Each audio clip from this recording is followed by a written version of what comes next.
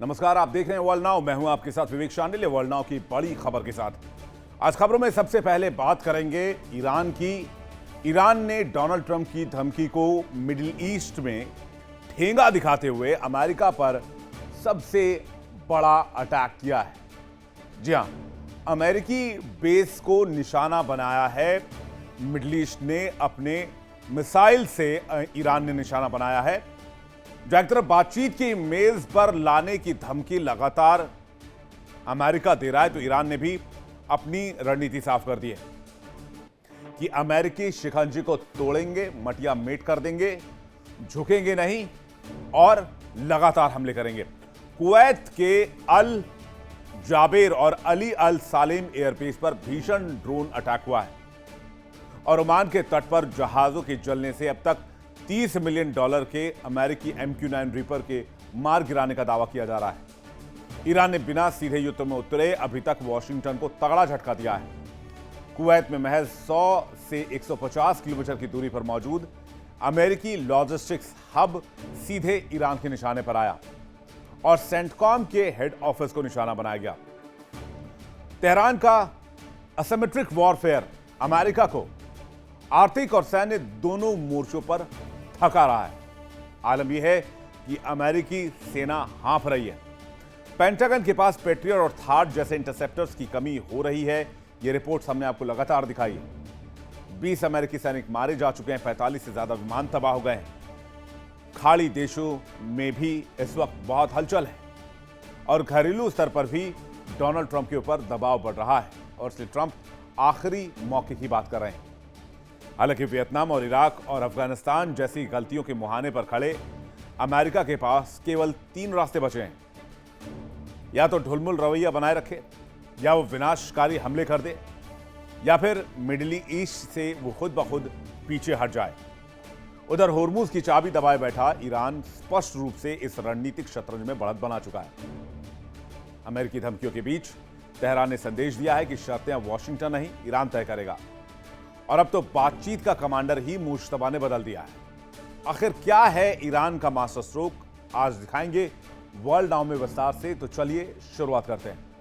जब कतर के सैन्य बेस पर अमेरिकी सैनिक चैन की नींद सो रहे थे, उसी समय ईरान ने सेंटकॉम के ऑफिस के ऊपर बहुत बड़ा हमला कर दिया, जिससे यह साफ हो गया कि मिडिल ईस्ट में अमेरिका की राह आसान नहीं है। आगे अमेरिका में इलेक्शंस हैं, इजराइल में भी इलेक्शंस हैं और इस बीच ईरान के रुख ने अमेरिका और इजराइल दोनों की चैन छीन ली है। जहां अमेरिका बातचीत और डील के जरिए मैटर को सुलझाना चाहता है, लेकिन ईरान का रुख क्लियर है, बातचीत होगी ईरान की शर्तों पर। मिडिल ईस्ट से अमेरिका का बोरिया बिस्तर समेटना ही उसकी भलाई की कहानी होगी। बातचीत की खबरों के बीच ईरान ने अमेरिकी सैन्य बेस पर सबसे बड़ा हमला किया है और यह बता दिया है कि अमेरिका यह ना सोचे कि ईरान ही डील करने के लिए बेताब है।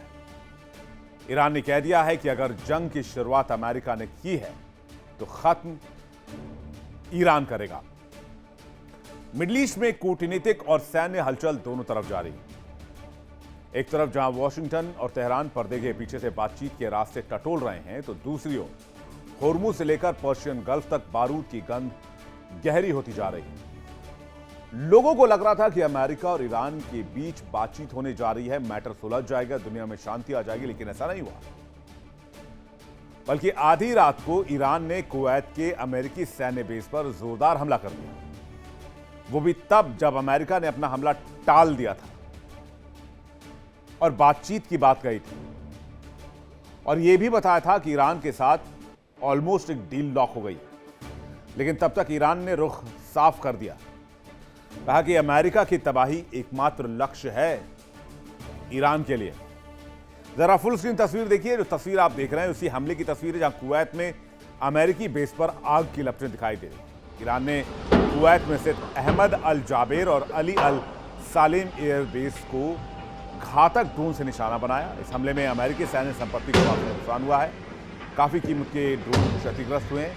खबर यह भी है कि अमेरिकी सैन्य बेस पर काफी मात्रा में युद्धपोत और साजो सामान रखा हुआ था, जिसकी वजह से ईरान ने यहां पर ड्रोन हमला किया और उसके बाद जो तस्वीर है वो आपके सामने है।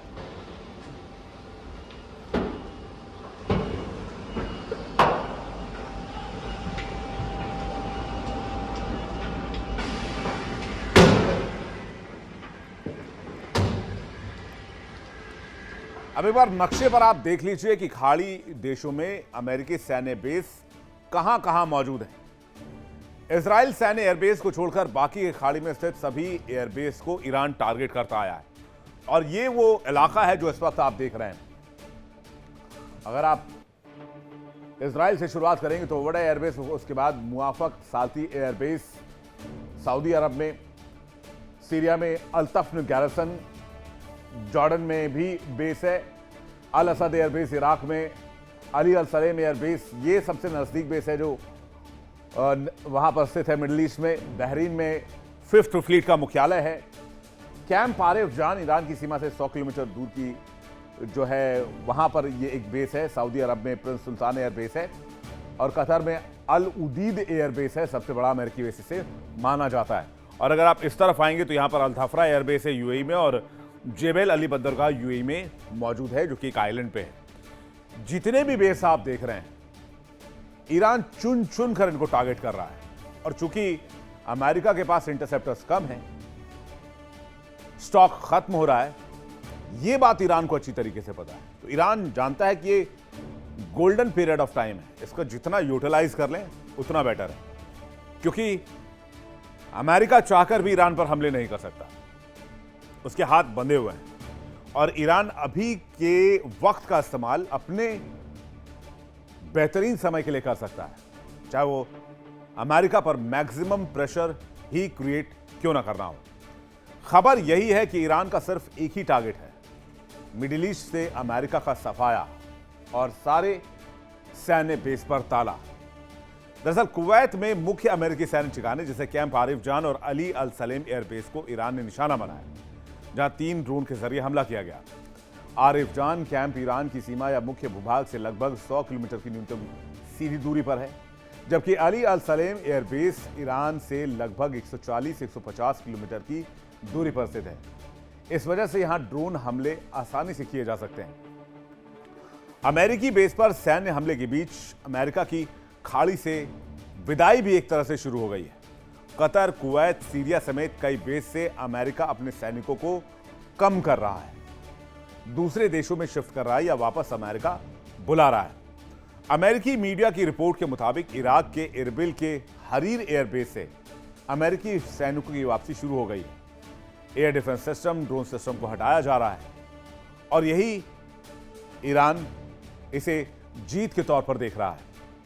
दरअसल कुवैत पर हमले के पीछे ईरान की एक सटीक सोच है। कुवैत में अमेरिका का बहुत बड़ा सैन्य ढांचा है। यह इराक, सीरिया और खाड़ी क्षेत्र में फैले अमेरिकी अभियान के लिए सबसे इंपॉर्टेंट लॉजिस्टिक हब रहा है और यही नहीं, यहां पर सेंटकॉम का ऑफिस भी है और हर बार हमलों का नेतृत्व सेंटकॉम ही करता है। इसलिए ईरान ने कुवैत को टारगेट किया ताकि सेंटकॉम को यह मैसेज जा सके कि अब तुम्हारे यहां से जाने का वक्त हो गया है, अगर और देर की तो तबाही बहुत ज्यादा हो जाएगी। ईरान ने कुवैत पर हमला करके यह भी साफ कर दिया है कि जो भी अरब देश अमेरिका को अपनी जमीन से ईरान के खिलाफ ऑपरेशन चलाने की इजाजत देगा, उसे भी इसका भारी खामियाजा भुगतना होगा। हमलों के कारण ही सऊदी समेत कई देश ने अमेरिका को बातचीत के लिए कहा है ताकि खाड़ी देशों का एनर्जी सेक्टर और इंफ्रास्ट्रक्चर ईरान के निशाने पर ना आए और इसी वजह से अमेरिका ने फिलहाल हमले रोके हैं और बातचीत की बात कर रहा है, लेकिन ईरान अभी भी आक्रामक रुख बनाए हुए है। हर बार बातचीत के बीच में ईरान अमेरिकी सैन्य बेस पर अटैक करता है। उसके पीछे की मुख्य वजह क्या है यह भी आप जान लीजिए। ईरान बड़ी जंग से बचते हुए लगातार असिमेट्रिक वॉरफेयर वाली नीति अपना रहा है, जिससे कि लगातार अमेरिका पर प्रेशर बना रहे। मिसाइल, ड्रोन हमलों के जरिए भारी कीमत चुकाने का संदेश देता है। होर्मुज ईरान का सबसे बड़ा रणनीतिक हथियार है, यह साबित कर चुका है और होर्मुज को ईरान ही कंट्रोल करेगा, यह भी ईरान साफ साफ कह चुका है। तेहरान न युद्ध न शांति वाली स्थिति को बातचीत में रखना चाहता है, जिससे कि वो इसका फायदा उठा सके और पूरी शांति होने पर अमेरिकी प्रतिबंध जारी रहने का खतरा भी ईरान के लिए एक बहुत बड़ी चिंता का विषय है। लंबे तनाव से अमेरिका के सैन्य और आर्थिक संसाधनों पर दबाव बढ़ाने की कोशिश ईरान कर रहा है।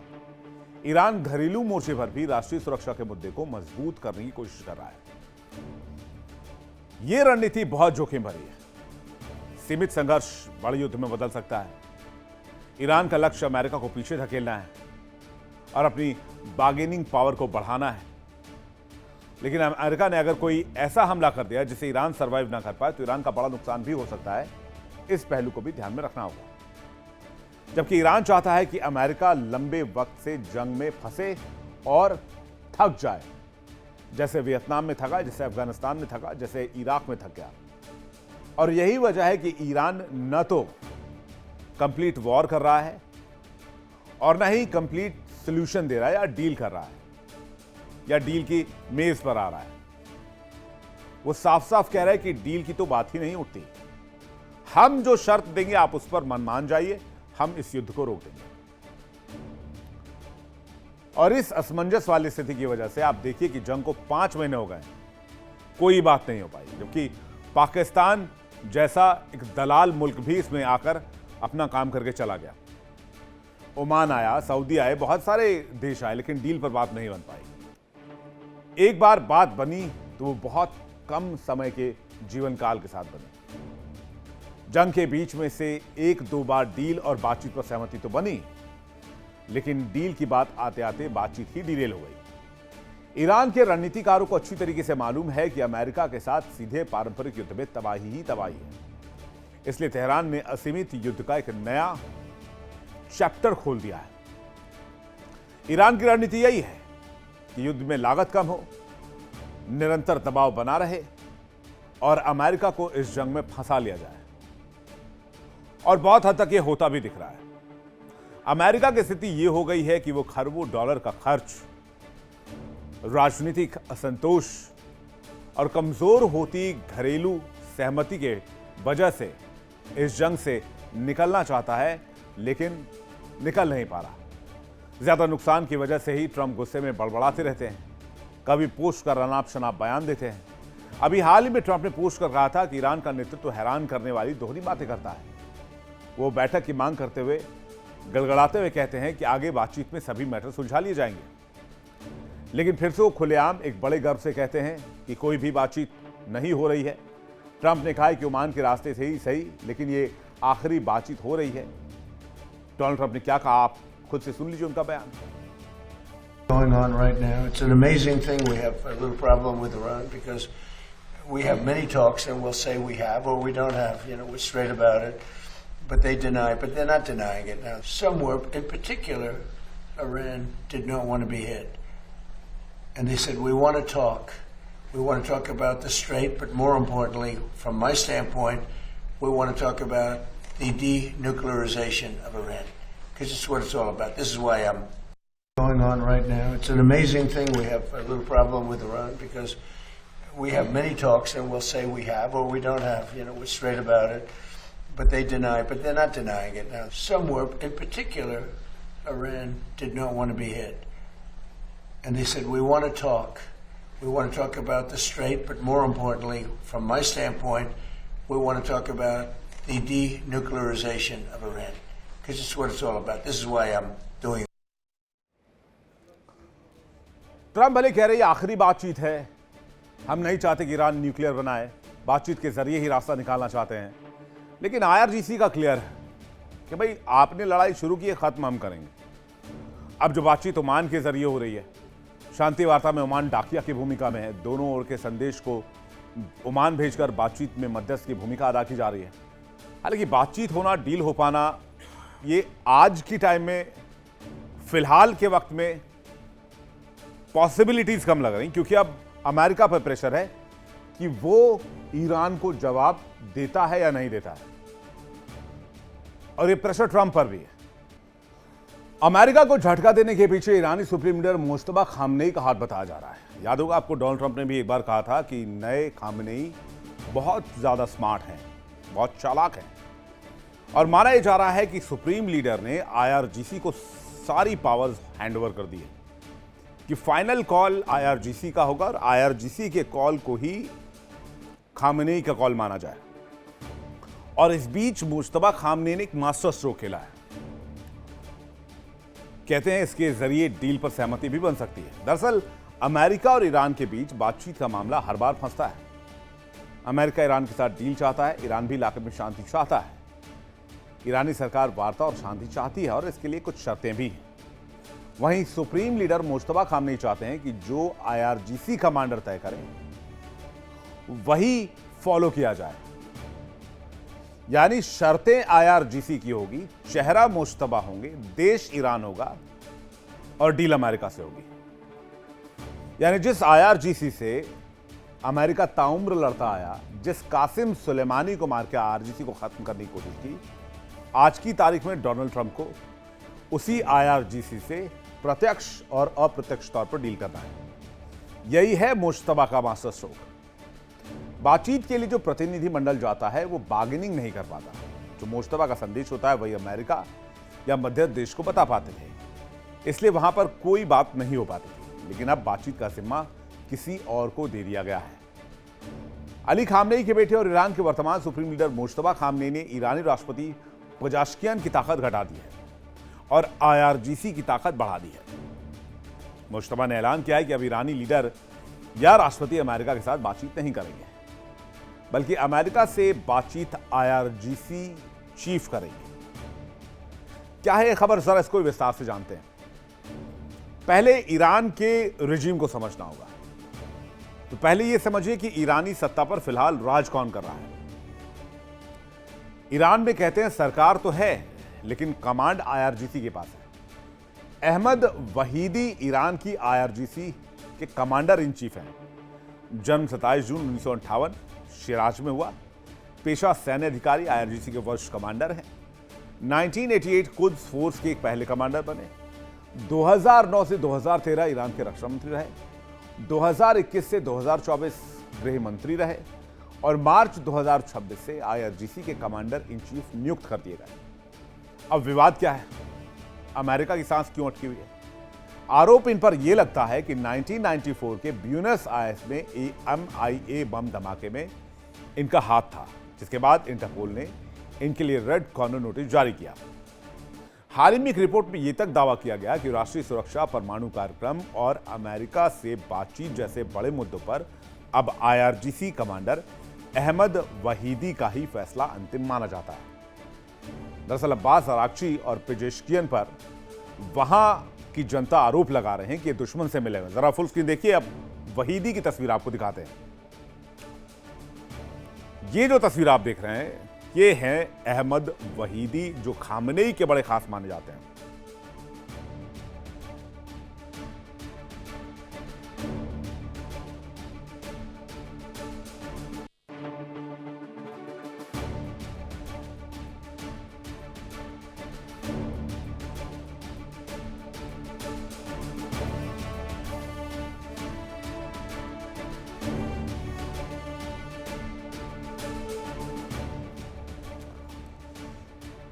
तो मुश्तबा खामनेई ने टीम ही बदल दी। जो टीम बातचीत कर रही थी उस टीम को हटा दिया गया और जो इंसान अमेरिका का सबसे बड़ा दुश्मन है आज की तारीख में, उसको अमेरिका के साथ डील में लगा दिया। अब आप समझिए डील कैसे होगी। अहमद वाहिदी तो हर मुद्दे पर स्पष्ट रूप से बातचीत कर रहे हैं, लेकिन जाहिर सी बात है उस मुद्दे पर, उन बिंदुओं पर अमेरिका सहमत नहीं होगा। आपको याद होगा ये वही अहमद वाहिदी हैं जिनके बारे में अमेरिका और ईरान ने कहा था कि उनको जंग में मार दिया गया है, लेकिन बाद में वो जीवित नजर आए। कासिम सुलेमानी के मारे जाने के बाद ईरान के सबसे अहम और सबसे खास इंसान अहमद वहीदी हैं और ये खामेनेई परिवार के बहुत करीबी माने जाते हैं। और ये भी यकीन मानिए कि ये इंसान जब तक जीवित है तब तक ईरान ना तो सरेंडर करेगा और ना ही झुकेगा। और सबसे बड़ी बात कि अब अमेरिका को या फिर अमेरिका के प्रतिनिधिमंडल को इन्हीं के साथ डील करनी है जंग को लेकर। 5 महीने की लड़ाई के बाद ईरान ये ऐलान कर चुका है कि वो जंग जीत चुका है। आज हिजबुल्लाह के चीफ नईम कासिम ने कहा कि अमेरिका और इजराइल के साथ हुए टकराव में ईरान की जीत हुई है। कासिम ने ईरान को दुनिया की एक प्रभावशाली ताकत बताया और कहा कि सुप्रीम लीडर मुश्तबा खामनेई की लीडरशिप में ईरान आगे भी जीत हासिल करेगा और अपने लक्ष्यों को भी पूरा करेगा। कासिम ने यह भी दावा किया कि अमेरिका ईरान के बीच हुए समझौते ज्ञापन की वजह से लेबनान पर इजरायली हमलों में कमी आई है और हो सकता है कि ईरानी शर्तों पर अमेरिका मान जाए और ये डील हो भी जाए, और यही अमेरिका की सबसे बड़ी हार है। ईरान भले ही मैदानी जंग में जीत ना पा रहा हो, लेकिन मानसिक और आर्थिक युद्ध में वो जरूर लीड ले रहा है। और यही वजह है कि ट्रंप को बातचीत की टेबल पर भी आना पड़ रहा है। कैसे ईरान इस जंग को लीड कर रहा है, ये भी आप देख लीजिए।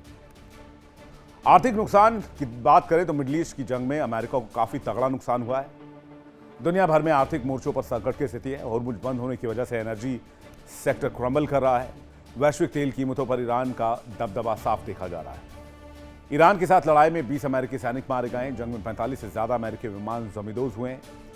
जंग के कारण अमेरिका को भारी आर्थिक नुकसान हुआ है। पैट्रियट और थार्ड जैसे इंटरसेप्टर्स मिसाइल में काफी कमी आई है और अमेरिकी विमानों की क्षमता पर भी सवाल उठे हैं।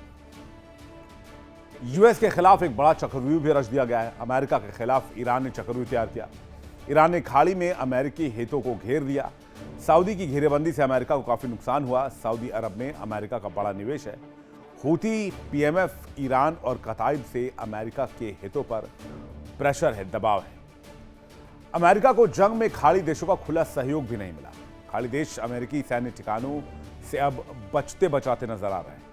खाड़ी देश सीधे सीधे ईरान के साथ कोई टकराव नहीं चाहते हैं, इसलिए आपने देखा होगा अभी तक ईरान पर किसी देश का कोई बड़ा हमला नहीं।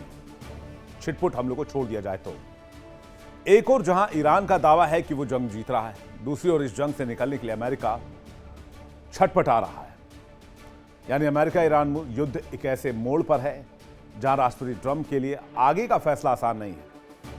एक तरफ जंग खत्म नहीं हो रही, दूसरी तरफ इसके बढ़ने का खतरा बढ़ रहा है। ऐसे में ट्रंप के सामने 3 विकल्प शेष बचे हैं। क्या है वो 3 विकल्प? जल्दी से जान लीजिए कौन से वो 3 विकल्प हो सकते हैं।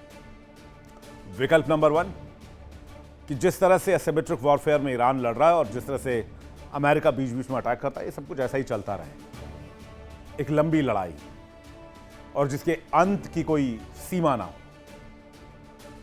हवाई हमले, जवाबी कार्रवाई, बातचीत का सिलसिला सब चलता रहेगा। इसमें जंग खत्म होने की कोई गारंटी नहीं होगी।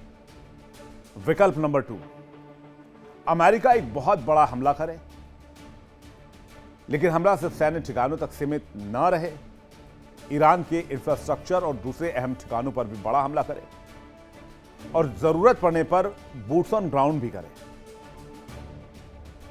लेकिन इससे पूरे मिडिल ईस्ट में एक पैनिक भी फैल सकता है।